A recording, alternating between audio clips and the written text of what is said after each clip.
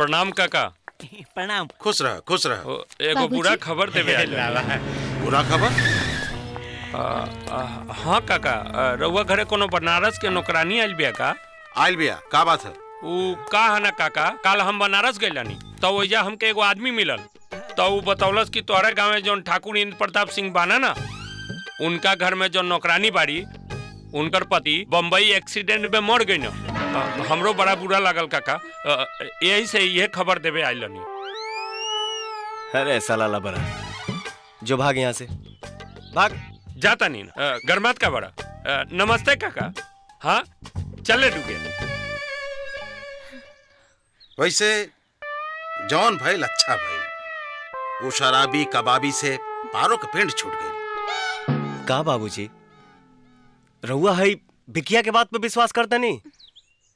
ई बाढ़ के बाप दादा मुअला के बाद भी ना गए काशी बनारस, और ई जीते जी बनारस पहुंच गए। अरे गुस्सा काहे होता रो? हाँ अबे हम फोन पर पारो के बाबूजी से बात करत आनी, मेरू नंबर दे गए रहे। सूरज काले जाके पता कराई। अरे आवे जाए में टाइम लागी, फोन पर वही 2 मिनट में पता चल जाए।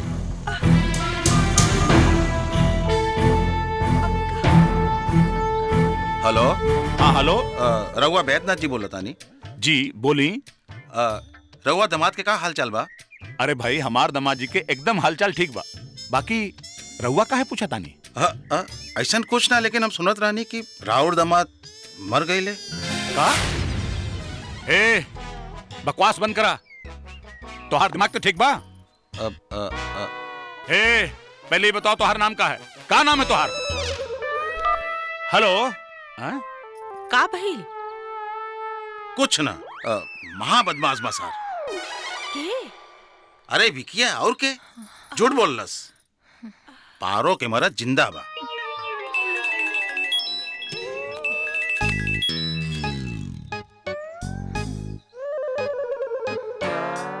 हेलो सूरज बेटा। जी बाबूजी प्रणाम। हाँ हाँ खुश रहा बेटा, खुश रहा। बेटा तू ठीक ठाक बाड़ा ना?